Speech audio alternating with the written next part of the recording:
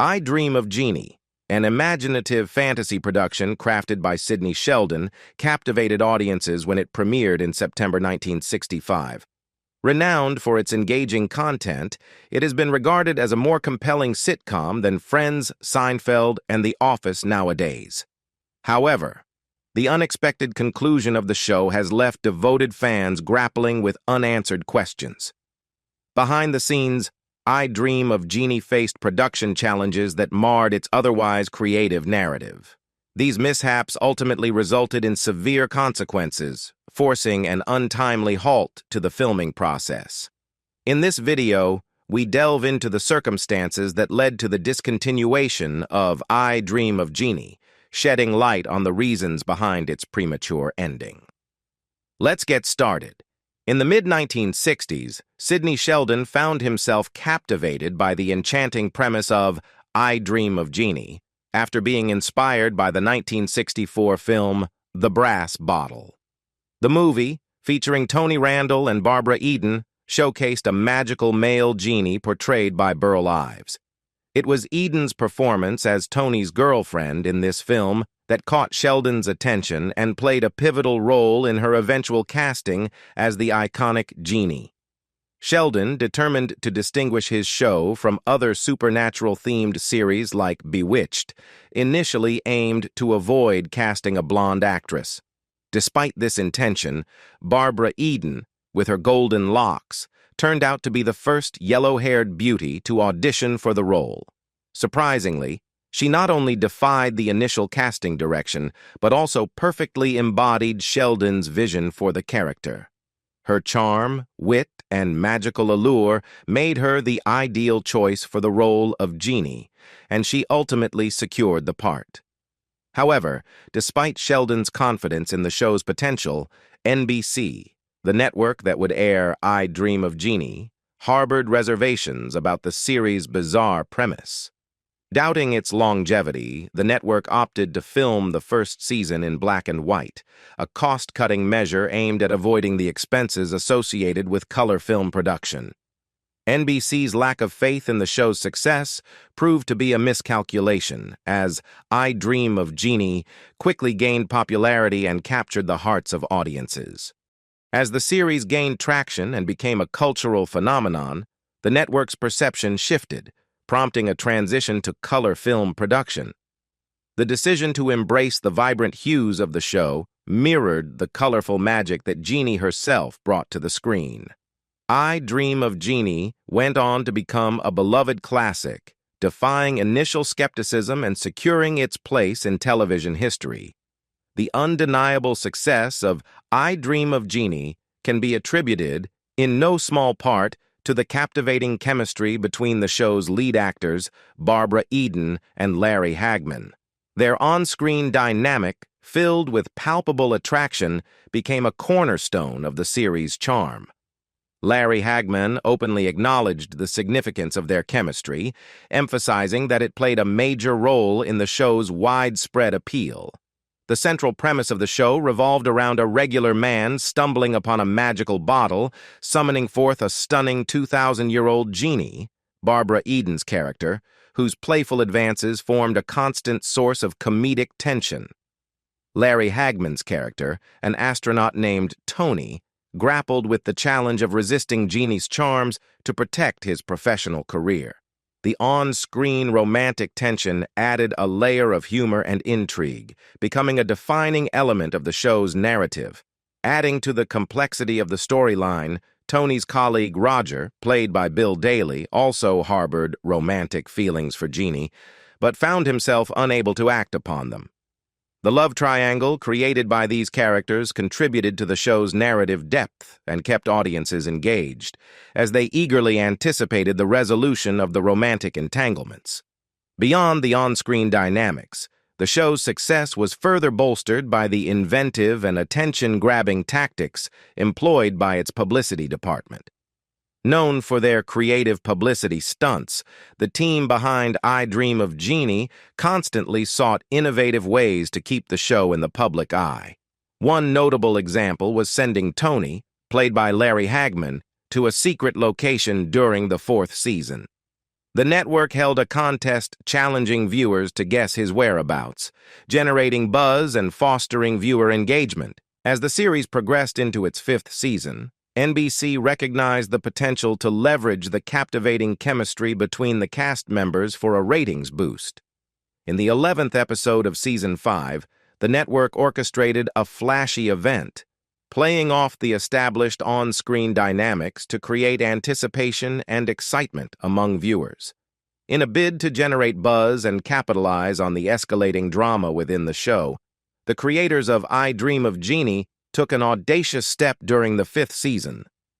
A week prior to airing the highly anticipated wedding episode, they orchestrated a fake wedding between the lead actors, Barbara Eden and Larry Hagman.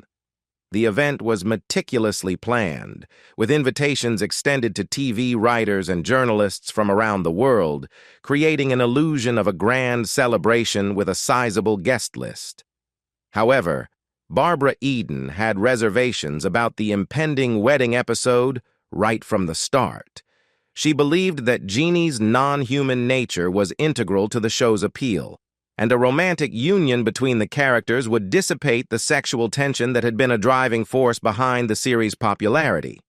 Additionally, the presence of photographers during the fake wedding contradicted the show's established premise that Jeannies could not be photographed. Even the show's creator, Sidney Sheldon, shared Eden's concerns about the wedding storyline.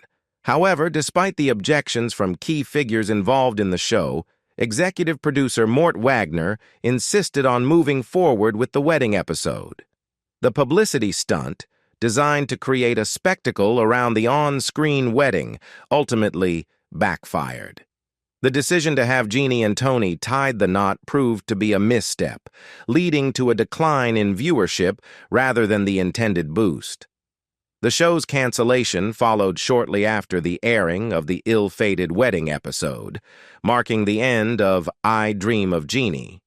I Dream of Jeannie ironically gained a reputation for its frequent use of what is colloquially referred to as bottle episodes. These episodes, named after the show's central motif of Jeannie residing in a magical bottle, were a cost-saving measure that confined the narrative to a single location. While such episodes are not inherently problematic and can serve as a practical and economical means to produce new content, they took on a peculiar significance for a show centered around the concept of a genie's bottle. One notable instance of this was the 24th episode of the final season, aptly titled Hurricane Jeannie. Originally intended to function as a pseudo-finale, it showcased Dr. Bellows being inadvertently trapped in Tony Nelson's home during a storm. As the storm raged outside, Dr. Bellows witnessed Jeannie performing her magical feats. The episode then took an unexpected turn, transforming into a clip show that delved into the history of Dr. Bellows' interactions with the Nelson family. The climax of the episode featured Jeannie's bottle breaking, and she made the decision to leave, intending to move away with Tony. However, the impact of this pivotal moment was diluted by the preceding clip show, which softened the tension built around Jeannie's departure. In an attempt to introduce a twist, the episode relied on the narrative device of the "it was all a dream" ending. Tony wakes up, realizing that his time with Jeannie was a fabrication.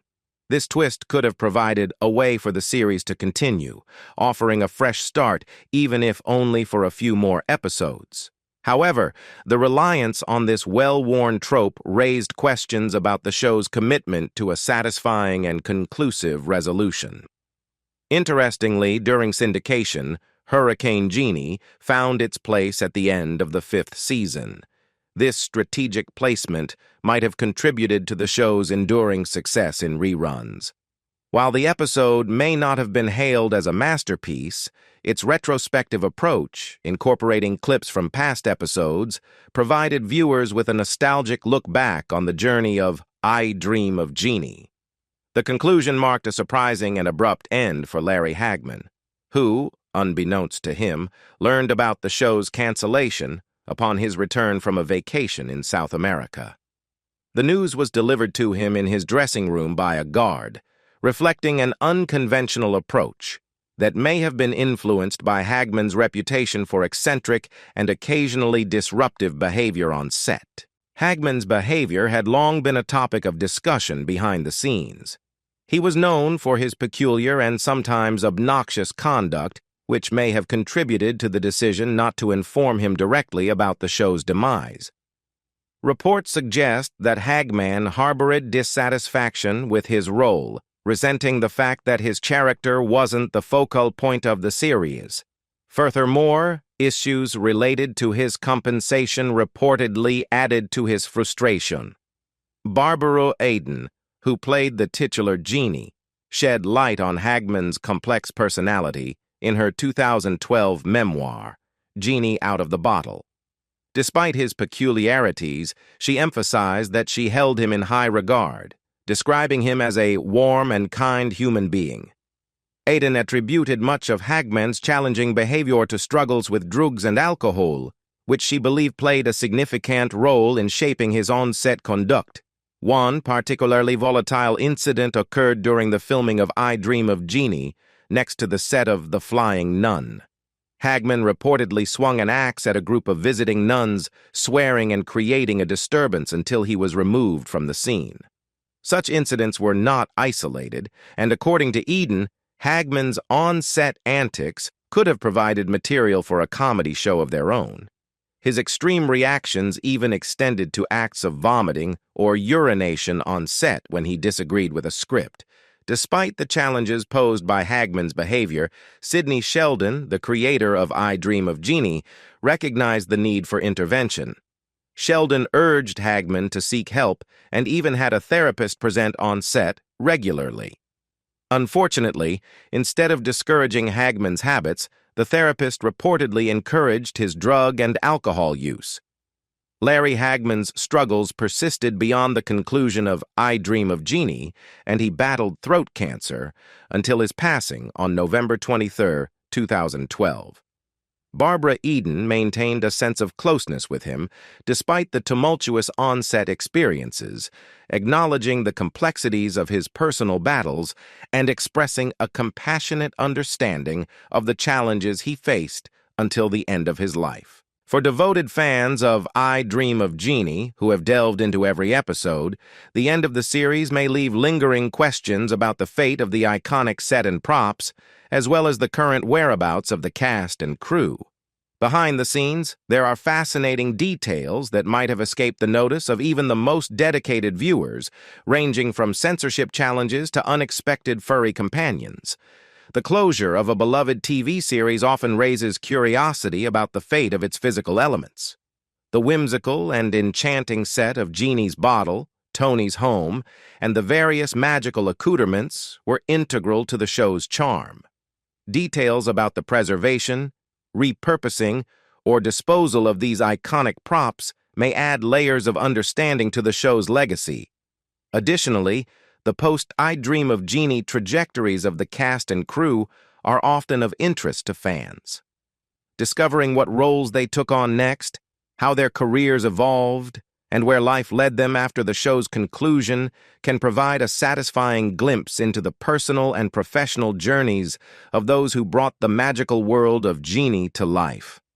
Moreover, exploring the nuances of censorship challenges faced by the creators adds another dimension to the show's history. Uncovering the moments where the network or external factors influenced the content or presentation of certain episodes can shed light on the creative process and the delicate balance between artistic vision and external pressures. Hidden within the episodes might be easy to miss details, including subtle censorship adjustments or perhaps even a furry friend making an unexpected appearance. These nuances, often overlooked in repeated viewings, can add a layer of intrigue and highlight the meticulous efforts of the production team in crafting a seamless and entertaining viewing experience. Reportedly, I Dream of Jeannie was brought to life on the screen through the magic of Hollywood, as it was filmed in California. While the picturesque landscapes of Florida were seamlessly portrayed, keen-eyed viewers might have noticed the unmistakable Hollywood hills serving as a backdrop in many episodes. The production utilized various locations in Los Angeles, including Warner Bros., Rang, and Hollywood, for the exterior shots that added authenticity to the Floridian setting. The demise of the show brought about the end of an era for its iconic set. After the cancellation of I Dream of Jeannie, the producers faced the challenge of deciding the fate of the elaborate set pieces. Deeming it too costly to store, the decision was made to set the entire set on fire. This drastic measure ensured that anything not claimed by the cast would be reduced to ashes. It became a bittersweet moment as the cast members had the opportunity to salvage mementos and keepsakes from the set, with Barbara Eden, who played Jeannie, lamenting that she could save little more than a hat by the time the cast had picked through the remnants. Despite the fiery farewell to the majority of the set, one significant location from I Dream of Jeannie remains intact. The Nelson home, a central element of the series, still stands on the Warner Brothers ranch in Burbank, California. Remarkably, the Nelson home has been repurposed as the ranch operation office and has retained its appearance almost exactly as it was during the show's filming, undergoing only minor renovations over the span of 50 years. The iconic Jeannie's bottle, arguably the most crucial accessory in the world of I Dream of Jeannie, underwent an intriguing journey in the making of the show. The showrunners faced the challenging task of selecting the perfect vessel to encapsulate the magical essence of Jeannie's home. After careful consideration, they settled on a transformed Jim Beam bottle, a choice that would add a touch of luxury and mystique to the series.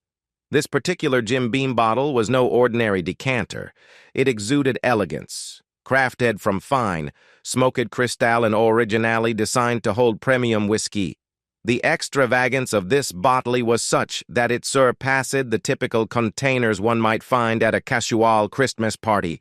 The allure of this unique piece was further underscored when it went under the hammer at an auction in 2017, fetching an impressive sum of over $34,000. Its value extended beyond its role as a prop, evolving into a coveted collector's item. The distinctive design of the bottle presented its own set of challenges during filming. Accessing the interior required the use of an 8-foot ladder, an obstacle that became particularly evident when Barbara Eden, the actress portraying Jeannie, nearly found herself trapped inside during an episode. The incident occurred during a break when the crew was on lunch, leaving Eden alone with the towering bottle. She had to call for assistance, and the crew, upon their return, not only rescued her, but also recorded her cries for help. Those authentic sounds were later incorporated into the show, highlighting the unexpected yet humorous mishap. Barbara Eden, forming a unique bond with the enchanting bottle, expressed a desire to safeguard it once filming concluded. Initially contemplating the idea of locking it away in a bank vault, she eventually recognized its historical significance. Rather than keeping it hidden, she chose to donate the bottle to the Smithsonian Institution in Washington, D.C. This decision immortalized the bottle as a treasured artifact and transformed it into one of the most popular exhibits at the Smithsonian, captivating visitors with its connection to the magical world of I Dream of Jeannie. Sadly, the film was deemed scandalous by the standards of the time. The controversy centered on Jeannie's revealing outfit, particularly the exposure of her navel, which was considered improper and provocative. Producer George Schaller remarked that the scrutiny over the depiction of a human's anatomy reached unprecedented levels, with numerous discussions among executives donned suits. NBC, keenly aware of the cultural sensitivities of the era, took extensive measures to appease the censors and eliminate any elements that could be perceived as indecent. One notable restriction imposed by the network was the prohibition of showing Jeannie in Major Nelson's bedroom without the door wide open. Even in moments when she departed the room in a whimsical swirl of pink smoke, the censors made it a point to emphasize her exit, ensuring that no hint of impropriety lingered. The cautious approach extended to Jeannie's attire and physical presentation. Despite her wardrobe featuring see-through harem pants, a popular fashion choice of the character, NBC took great care to shield viewers from any overt exposure. They meticulously avoided showcasing Jeannie's legs directly and insisted on maintaining a thick fabric lining that covered them, ensuring a modest and conservative appearance despite the translucent nature of her pants. Barbara Eden's connection with the animal kingdom wasn't confined to the magical world of I Dream of Jeannie. In fact, she brought a unique set of skills to the set, rooted in her previous experiences working with lions. Before joining the cast of the iconic TV show, Eden had encountered these majestic creatures in multiple films she made with Fox. One particularly memorable episode of I Dream of Jeannie brought a formidable 900-pound lion into the mix. Rather than approaching the situation with trepidation, Barbara Eden decided to employ her familiarity with these magnificent animals.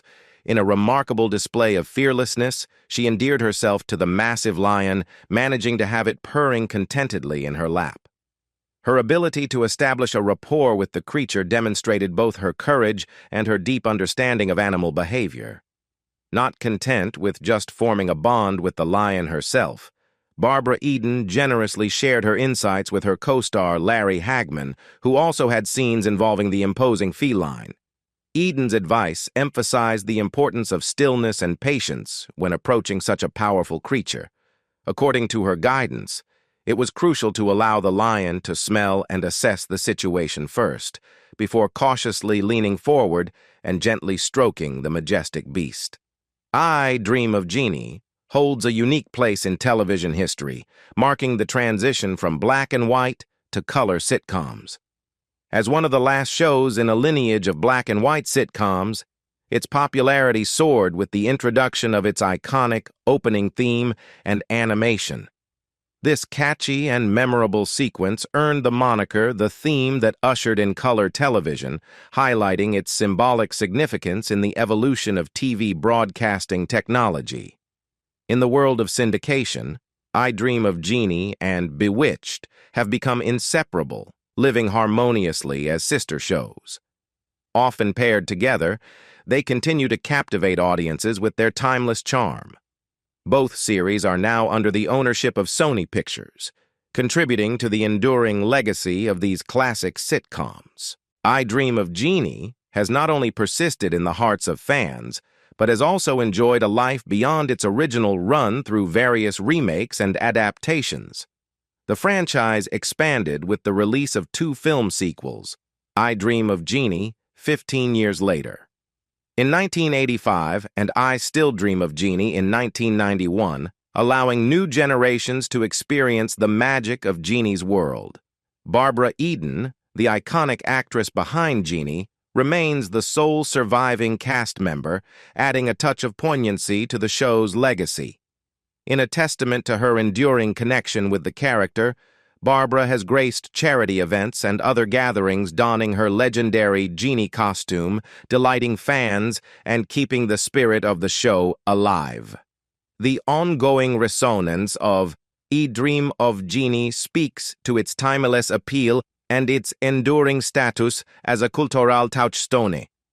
As a pioneering series that witnessed the shift from black and white to color television, it holds a special place in the annals of television history, and Barbara Eden's continued embrace of her iconic role ensures that Jeannie's magic lives on for generations to come. What do you think about the ending of I Dream of Jeannie? Leave us your comments in the section below. We hope you have found this helpful video. Don't forget to leave a like, share, and subscribe to the channel if you like it. Thank you for watching this and see you in the next videos. Goodbye.